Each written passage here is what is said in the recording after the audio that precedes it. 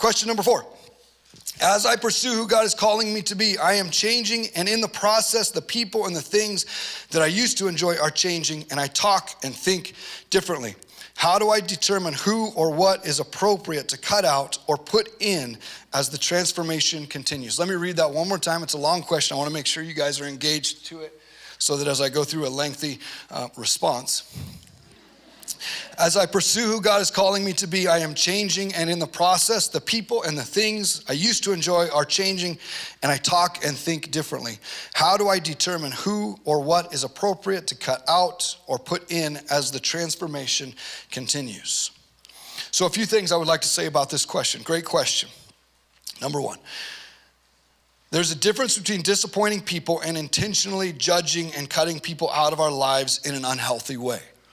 So for us to be an emotionally healthy spirituality indicator is that you are okay with people being disappointed in you, but you are not aggressively looking for or causing people to be disappointed in you. Right? Like, I've reached this place of maturity. I don't care if you're mad at me. You're lame, right? No. But if I am walking into new seasons of health and that is causing me to grow away from people or in different directions and people are disappointed in me, I still sleep well at night. Emotionally healthy spirituality indicator, how well do you sleep when someone is disappointed in you?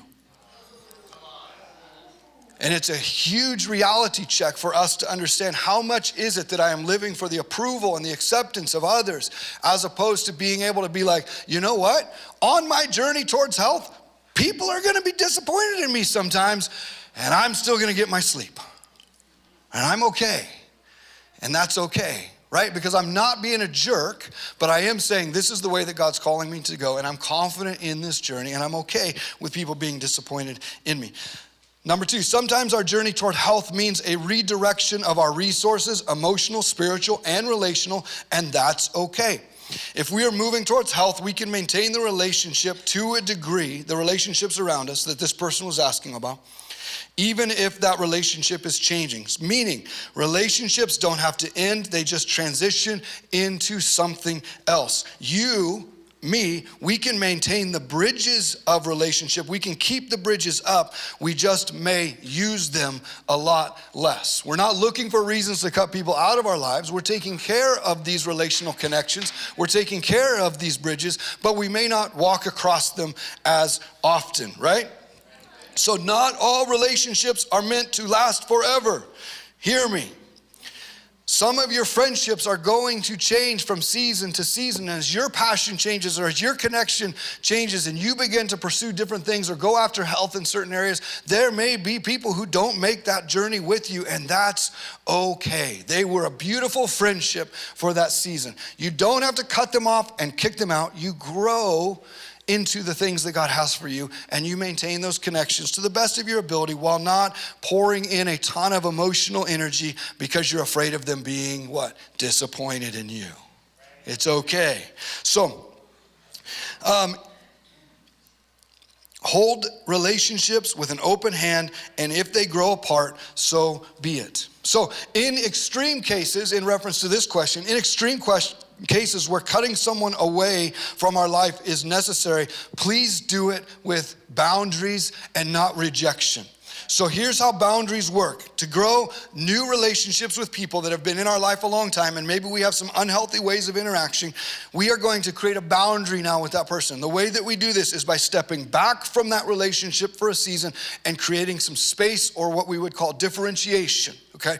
And so as we take back that space, we now create a boundary. As we step back towards that person, we create a boundary, but the boundary is you don't get access to my life any way that you want, or maybe the way that you have before, but here is a gate right here, and this gate is open to you, and it says kindness and respect over the top of the gate.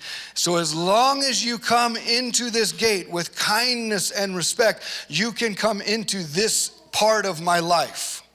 And if you choose not to use the gate correctly, then we will gently nudge you out of the gate.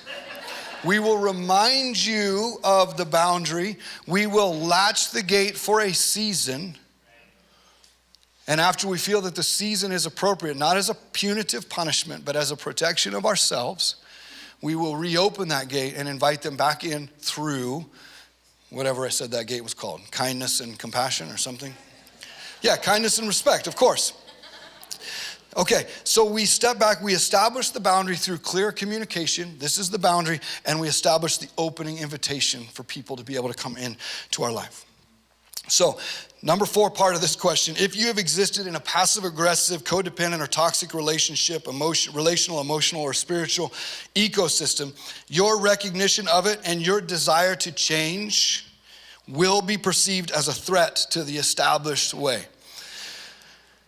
So the question was, as I pursue God, I'm changing, and the people that I'm around is changing. How do I do that? Look, there will be situations where the place that you have grown is so backwards or toxic or confused that when you stand in health, instead of people going, oh my goodness, thank you for bringing a healthy example into our family, let's follow this example.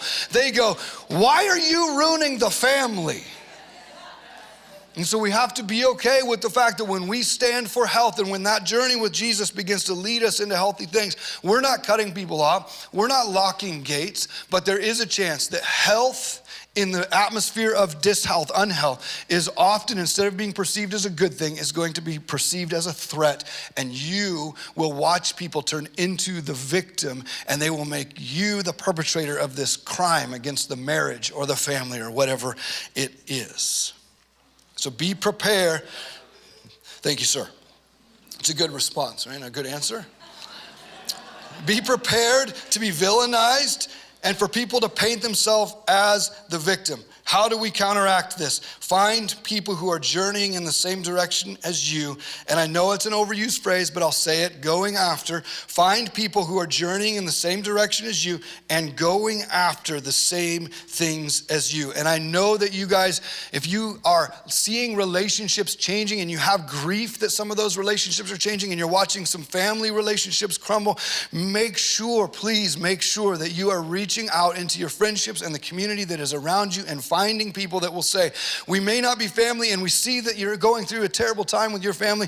We aren't trying to replace your family, but we are here with you in this journey towards health. And God is going to bring people around your life to help you walk out of toxic relational ecosystems that you have found yourself in by placing you into a family and placing you into a tribe, into a community. And so you hear me talk about up here, a lot of times I have a lot of funny things to say about church and religion and blah, blah, blah, blah, blah. And you're like, but why do you do this then? It's because I love church. I love this so deeply. When it is done right, it provides the atmosphere for us to be brave and take huge risk in some of these places where God is calling us into health and still be surrounded by imperfect people, but who are also going on the same journey. And we are in this together. So when church is done wrong, it can be extremely damaging. But when church is done right, it is the most beautiful thing. Because when I say church, I mean community. When I talk about that body of Christ,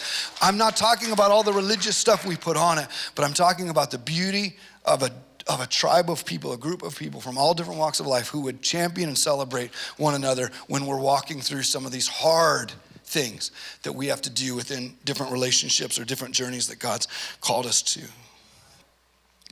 This truly, and I believe this with all of my heart, and that's why I'm here, I truly believe that church done well can be one of the most healthy places in our entire lives, and it can be the catalyst that we need to do the things that Jesus is asking us to do.